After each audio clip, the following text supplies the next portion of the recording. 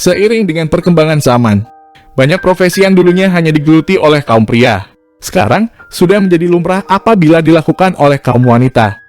Meskipun terkadang pada awalnya menemui rintangan dan cemoohan karena dianggap tidak lazim.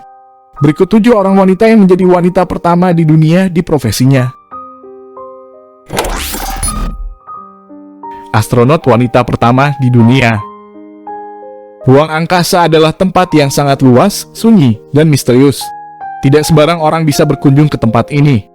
Diperlukan latihan dan pengetahuan khusus bagi seseorang jika ingin menjelajahi ruang hampa ini. Orang-orang khusus tersebut kita kenal dengan sebutan antariksawan atau astronot atau dalam bahasa Rusia disebut kosmonot.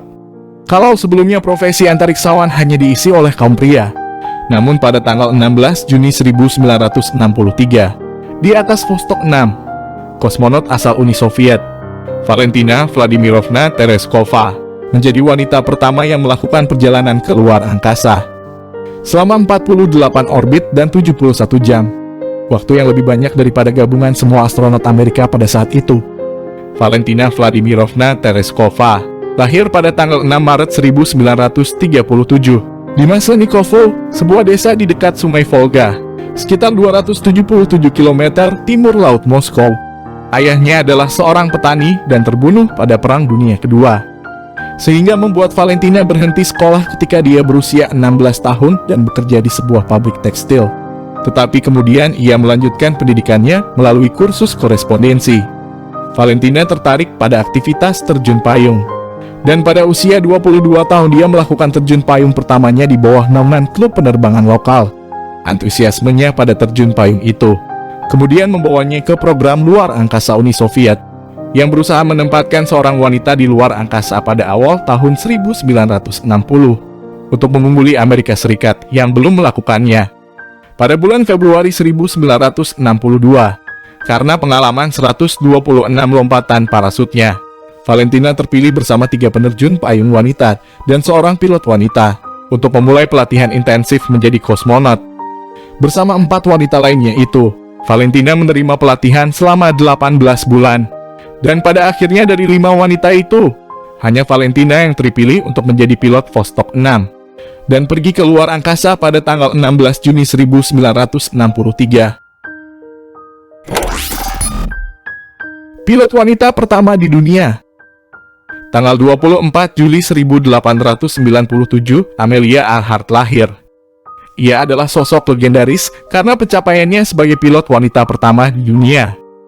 Amelia Earhart telah menunjukkan sifat petualang dan mandiri sejak masa kanak-kanak. Setelah kakek neneknya meninggal, keluarga Earhart mengalami kesulitan finansial dan harus berpindah ke beberapa tempat, dan membuatnya meninggalkan perguruan tinggi di Pennsylvania serta memilih menjadi asisten perawat di Toronto. Didorong oleh pengalaman pertamanya menaiki pesawat ke California pada tahun 1920, Earhart mulai mengambil pelajaran terbang. Pada 1921, ia berhasil membeli pesawat pertamanya, Kiner Ester, dan menerima lisensi pilot 2 tahun setelahnya. Ia menjadi terkenal setelah mengikuti proyek penerbangan yang digagas oleh Charles Lindbergh. Melalui proyek penerbangan tersebut, Earhart menjadi penumpang perempuan pertama yang terbang melintasi Samudra Atlantik.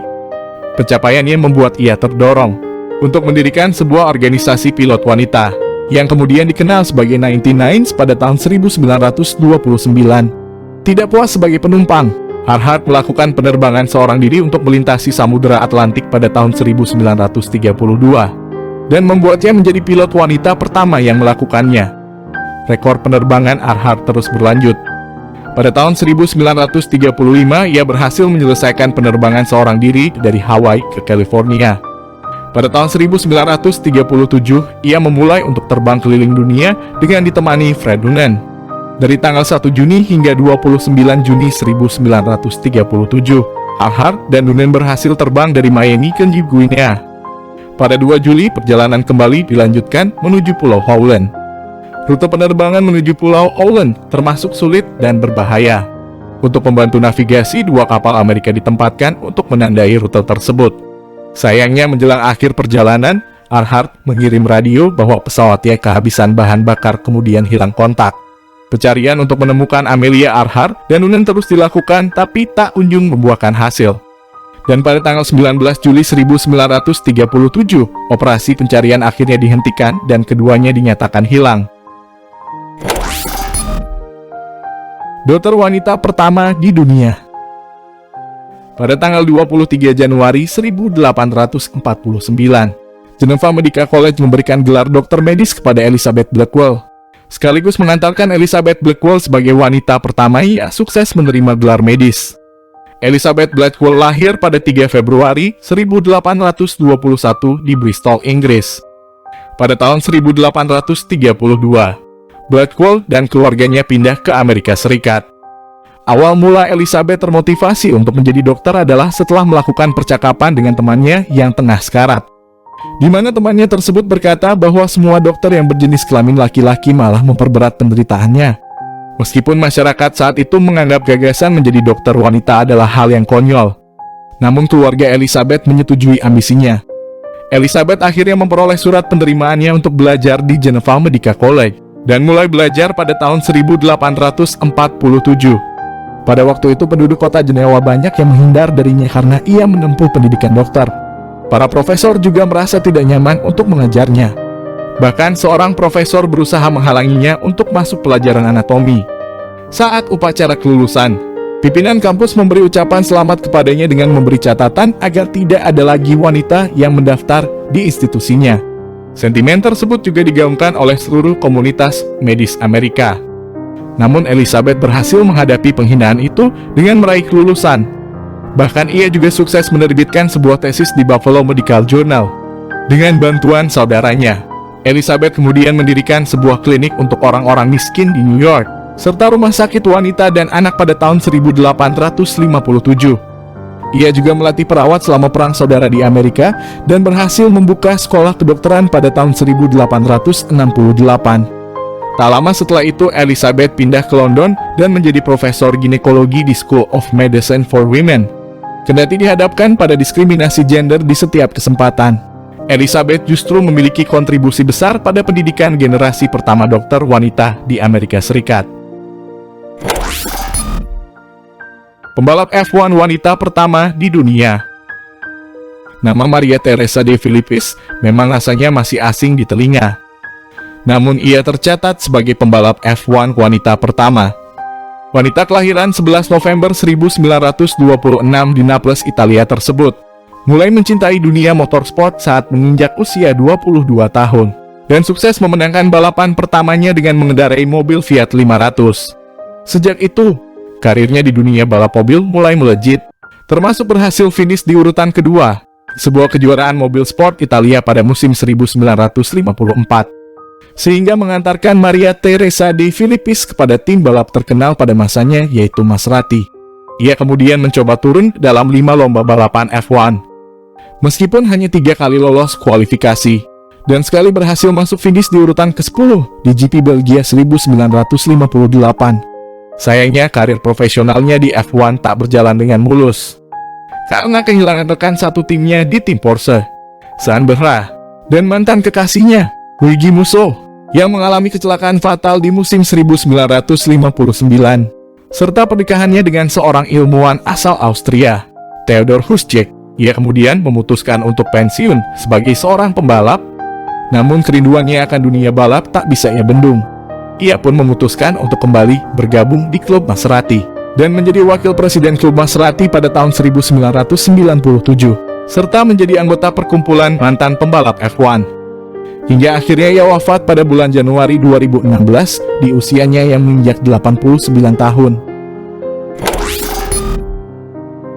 Pembalap MotoGP wanita pertama di dunia. Jika biasanya MotoGP diisi oleh para pembalap pria, tidak demikian halnya dengan Tarurine. Ia adalah pembalap MotoGP wanita pertama di dunia. Tarurine lahir di Finlandia tahun 1968. Dia memulai karir sebelumnya dari ajang go-kart. Saat itu banyak pembalap go-kart di Finlandia yang akhirnya menjadi legenda di balapan F1 seperti Mika Hakkinen, Mika Salo, hingga Jirki Jarvilato. Pada tahun 1979, Tarurine berhasil mengalahkan Mika Hakkinen dalam ajang finish karting championship kelas 85cc. Pada tahun 1988, Rina dikontrak oleh Honda untuk membelanya di ajang balap kelas GP 125 dengan menggunakan motor RS 125. Dan tahun 1989 Rina berhasil menyelesaikan musim dengan berhasil mendapatkan 23 poin. Walaupun hanya 23 poin, namun saat itu Rina menempati urutan ke-17 dengan total peserta yang saat itu sebanyak 44 orang. Sayangnya karir taruh Rina di ajang balapan motor tak bertahan lama. Pada tahun 1991 dia mengalami kecelakaan di seri ke-10 yang berlangsung di sirkuit Paul Ricard, Prancis. Berhentinya karir Rina ini bukan karena cedera parah yang dia alami, namun karena surat keputusan dari Bernie Ecclestone yang waktu itu memiliki kuasa untuk menentukan apakah seorang pembalap bisa lanjut atau tidak. Presiden wanita pertama di dunia, Maria Estela Martinez Cartas de Perón, lahir pada tanggal 4 Februari 1931 dan lebih dikenal dengan nama Isabel Martinez de Perón atau Isabel Perón, adalah istri ketiga dari mantan Presiden Argentina, Juan Perón. Selama masa jabatan suaminya yang ketiga kalinya sebagai presiden, Isabel menjabat sebagai wakil presiden, dan setelah kematian suaminya di saat masih menjabat, Isabel pun menjadi presiden Argentina menggantikan suaminya. Meskipun masa kepemimpinannya tidak berlangsung lama, yaitu dari tanggal 1 Juli 1974 sampai 24 Maret 1976, tapi dia menjadi presiden wanita pertama di dunia. Karena pada masa kepemimpinannya situasi ekonomi dan politik terus memburuk, dan ia terlibat kasus korupsi. Pada tanggal 24 Maret 1976, presiden wanita pertama di dunia ini ditangkap oleh petugas Angkatan Udara dan menjadi tahanan rumah selama 5 tahun. Tahun 1981 ia dibebaskan bersyarat dan diasingkan ke Spanyol. Kemudian pada tahun 2007 seorang hakim Argentina mengeluarkan surat perintah penangkapan Isabel Perón atas tuduhan membiarkan angkatan bersenjata melakukan pelanggaran hak asasi manusia selama masa kepresidenannya. Isabel Perón yang saat itu telah memperoleh kewarganegaraan Spanyol pun ditangkap di dekat rumahnya di Spanyol pada tanggal 12 Januari 2007. Tapi pada tahun 2008, Pengadilan Nasional Spanyol menolak permintaan ekstradisi terhadap Isabel Perón tersebut dan memutuskan bahwa dakwaan tersebut bukan merupakan kejahatan terhadap kemanusiaan. Sampai jumpa di video selanjutnya. Bagi yang belum subscribe, tekan tombol subscribe dan lonceng notifikasi agar tidak ketinggalan video selanjutnya. Like dan komen juga ya. Tetaplah di sisi baik dalam menjalani kehidupan.